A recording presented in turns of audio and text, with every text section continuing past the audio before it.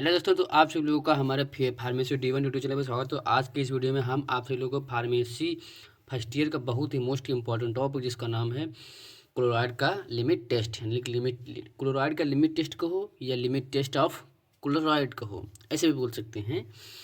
तो बहुत ही most important ये टॉपिक होता है। तो चलिए आज इसको ख़त्मा करने वाले हैं। देखिए ये जो है लिमिट टेस्ट ऑफ क्लोराइड, ठीक है। तो चलिए देखते हैं। पहले लिखेंगे हेडिंग प्रिंसिपल, यानी कि परिभाषा, ठीक है। ठीक, तो इसको देखते हैं। यह सोलूबल क्लोराइड और सिल्वर नाइट्रेट के बीच रिएक्शन पर आधारित है, यानी कि यह सोलूबल क्लोराइड और सिल्वर नाइट्रेट रिएक्शन के बीच पर आधारित है, ऐसे भी कह सकते हैं, ठीक है।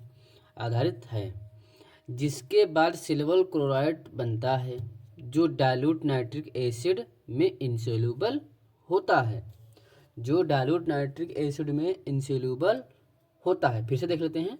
यह सोलूबल क्लोराइड और सिल्वर नाइट्रेट के बीच रिएक्शन पर आधारित है, ऐसे बोल सकते हैं। या यह सोलूबल क्लोराइड और सिल्वर नाइट्रेट रिएक्शन के बीच पर आधारित है, ठीक, ऐसे ही बोल सकते हैं। ऐसे ही बोलेंगे तो अच्छा लगेगा। जिसके बाद सिल्वर क्लोराइड माने कि AgCl2 सिल्वर क्लोराइड बनता है जो डाइल्यूट नाइट्रिक एसिड में इंसोल्यूबल है, यानी कि जो डाइल्यूट नाइट्रिक एसिड होता है, ठीक है, तो उसमें ये इंसोल्यूबल होती है। तो फिर इसका रिएक्शन देख लेते हैं। ये रहा रिएक्शन, ये है रिएक्शन। तो चलिए रिएक्शन देखते हैं।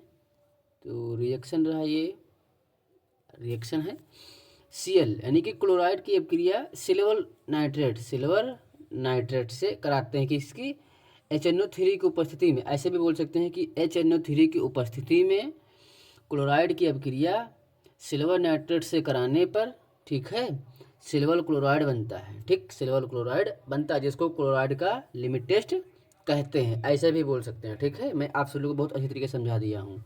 यानी फिर से देखो, नाइट्रिक एसिड की उपस्थिति में क्लोराइड की क्रिया सिल्वर नाइट्रेट से कराने पर सिल्वर क्लोराइड बनता है, जिसको क्लोराइड का लिमिट टेस्ट कहते हैं, क्लोराइड का लिमिट टेस्ट कहते हैं। फिर है प्रोसीजर, फिर हेडिंग डालेंगे प्रोसीजर। ये देखिए, ये रहा प्रोसीजर, ये प्रोसीजर हेडिंग पड़ी है, प्रोसीजर, ठीक है।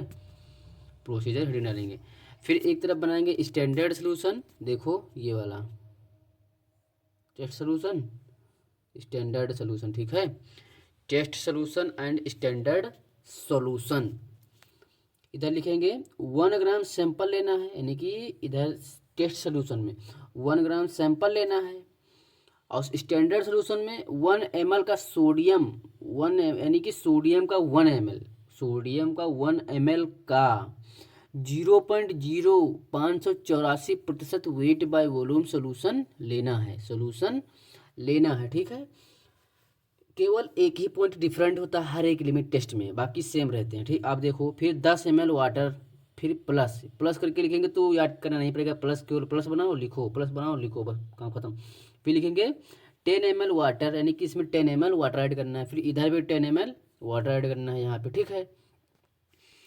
ठीक, फिर उसके बाद में 1 ml HNO3, 1 ml, फिर प्लस करके 1 ml HNO3 ऐड करना है, इधर भी 1 ml HNO3 ऐड करना है, फिर प्लस डाइल्यूट, फिर इसको जो 1 ml HNO3 लिया था, फिर उसको 50 ml तक डाइल्यूट करना है, उसको 50 ml तक डाइल्यूट करना है, इधर भी 50 ml तक डाइल्यूट करना है, ठीक है। फिर प्लस लगाते हैं।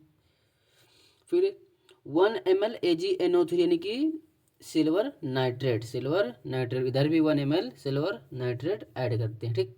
फिर 5 मिनट रखते हैं, 5 मिनट रखते हैं, फिर इधर भी 5 मिनट रखते हैं, ठीक।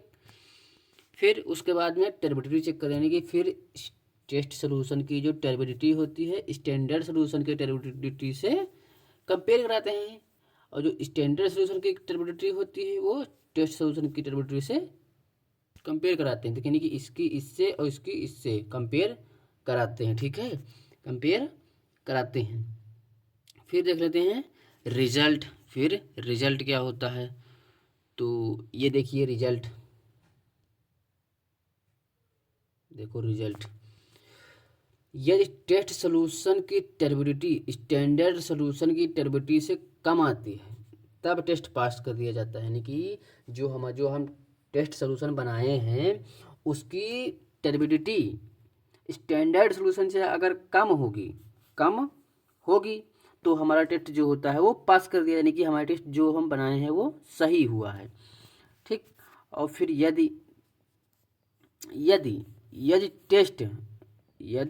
टेस्ट सॉल्यूशन की टर्बिडिटी स्टैंडर्ड सॉल्यूशन की टर्बिडिटी से अधिक है तो टेस्ट फेल हो जाता है। तो टेस्ट हमारा जो होता है वो फेल हो जाता है, यानी कि जो हम टेस्ट सॉल्यूशन बनाए हैं उसकी टर्बिडिटी अगर स्टैंडर्ड सॉल्यूशन की टर्बिडिटी से ज़्यादा है तो हमारा टेस्ट जो होता है वो फेल हो जाता है, वो हमारा टेस्ट फेल हो जाता है दोस्तों। ठीक है, तो अगर आप सब लोगों को वीडियो अच्छी लगी हो तो हमारे चैनल को सब्सक्राइब कर लीजिए दोस्तों। मैं इस चैनल के माध्यम से आप सब लोगों को फार्मा फर्स्ट ईयर एवं सेकेंड ईयर की मोस्ट इम्पॉर्टेंट मैराथन लाने हूँ अभी मैराथन लाने वाला हूँ दोस्तों, जिसमें आप सब लोगों को 23 क्वेश्चन मैं प्रोवाइड करूँगा।